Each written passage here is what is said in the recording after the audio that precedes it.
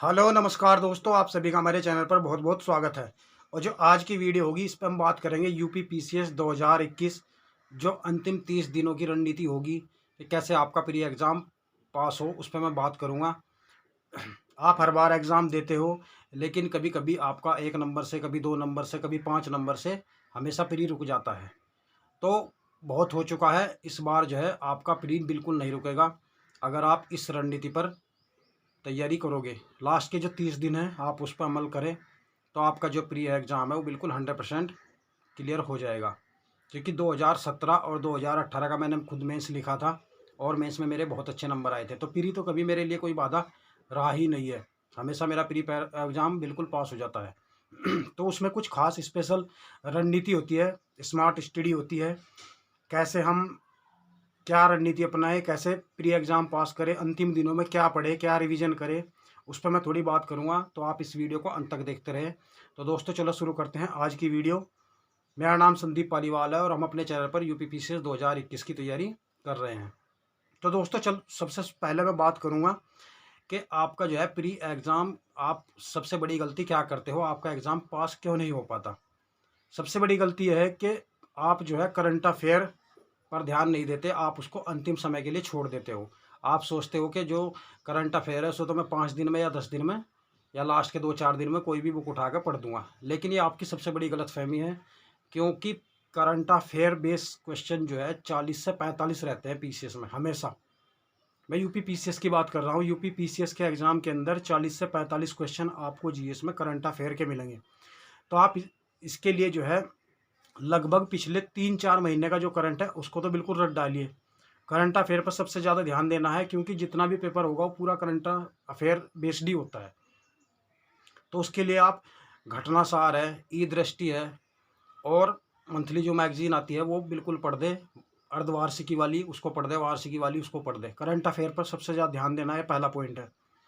और दूसरी बात, आपको जो है करंट अफेयर के साथ साथ आपको जो है टेस्ट पेपर भी लगाने हैं। टेस्ट पेपर आप बिल्कुल रोज़ बैठिए, आपको 2 घंटे जो है एक पेपर रोज़ सोल्व करना है। अब बिल्कुल लगातार 30 दिन तक आपके जो है कम से कम आपको 30 से 40 क्वेश्चन पेपर जो है सोल्व करने हैं, पिछले बैक ईयर के हों, आपको टेस्ट सीरीज कहीं से भी मिली हो, बस उसका रिवीजन करते रहिए। उससे जो होगा, कुछ भी अब नया पढ़ने की कोशिश मत करें, क्योंकि आप लोगों की तैयारी अब हो गई हो। अब अंतिम समय में जो है रिवीजन, सिर्फ रिवीजन है और प्रैक्टिस। आप जितनी ज़्यादा प्रैक्टिस करोगे पेपर सेट्स की, आपको उतना ही फ़ायदा होगा। और आप इन्वायरमेंट पर विशेष ध्यान दें। इन्वायरमेंट के लिए परीक्षा वाणी की बुक आती है, और घटना चक्र के जो पिछले ईयर जो बैक ईयर के पेपर है उन्हें पढ़ ले। ज्योग्राफी पर विशेष ध्यान दे, तो इनसे भी काफ़ी क्वेश्चन रहेंगे। और सामान्य विज्ञान पर अगर आप थोड़ा सा मेहनत करोगे 5-7 दिन, तो आपके कम से कम 25 से 30 क्वेश्चन में आपको बढ़ोतरी होगी। और यही वो छोटे छोटे आपको जो है आसान क्वेश्चन गलत नहीं करने हैं, क्योंकि जो टफ क्वेश्चन रहते हैं वो लगभग सभी के ठीक हो जाते हैं, लेकिन आसान क्वेश्चन आप गलत कर आते हो। और जो आसान क्वेश्चन होते हैं वही आपको कंपटीशन से बाहर कर देते हैं। आपको लगता है ये तो आसान सा क्वेश्चन है, अरे यार ये भी छूट गया। कभी कभी जल्दबाजी में गोला गलत हो गया, आपको 5-7 क्वेश्चन जो आपको आते रहेंगे, आप बार बार वो गलत कर आते हो। लेकिन आपको ध्यान इस बार ये रखना है कि जो सबसे आसान क्वेश्चन है वो बिल्कुल भी गलत नहीं करने, वही आपको जीत दिलाएंगे इस एग्ज़ाम में। और आप हमेशा जो है भीड़ नहीं बननी कि हमको सिर्फ इस बार फॉर्म भरना है, हर साल आप फॉर्म ही भरते रहोगे। नहीं, बहुत हो चुका है। आप जो है फॉर्म नहीं भरना, बल्कि आपको इस बार फाइनल सिलेक्शन लेना है।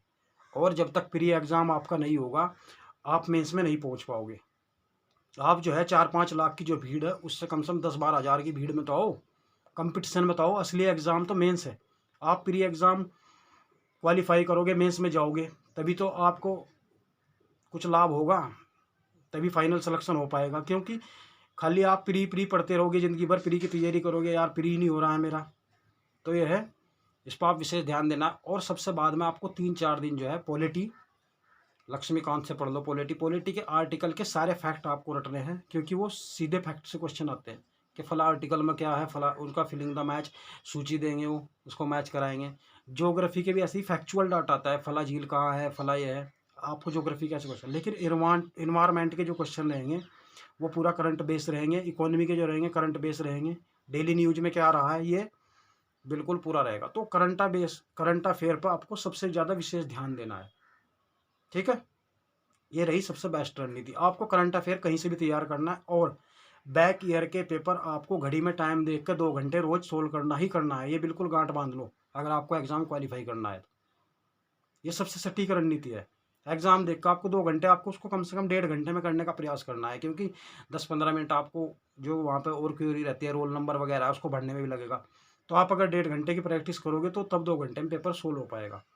और आप अपना स्कोर चेक करते रहें। आपको लगे जहाँ चीज़ पर मेरी कमी है भी, मान लिया रिवीजन में, आप उस बुक को उठाओ और तुरंत पढ़ दो। जैसे ज्योग्राफी के अगर क्वेश्चन गलत हो रहे हैं तो ज्योग्राफी पढ़ दो एक बार, 1-2 दिन फटाफट रिवीजन कर दो। हिस्ट्री के मॉडर्न इंडिया पर ज़्यादा ध्यान देना है, एंशिएंट पर ज़्यादा ध्यान देना है। मेड लेवल से कम क्वेश्चन आते हैं, मॉडर्न इंडिया से ज़्यादा आते हैं, तो उस पर ज़्यादा विशेष रूप से ज़्यादा ध्यान देना है आपको। हिस्ट्री के भी काफ़ी क्वेश्चन रहते हैं, 20-25 क्वेश्चन तो जरूर रहेंगे।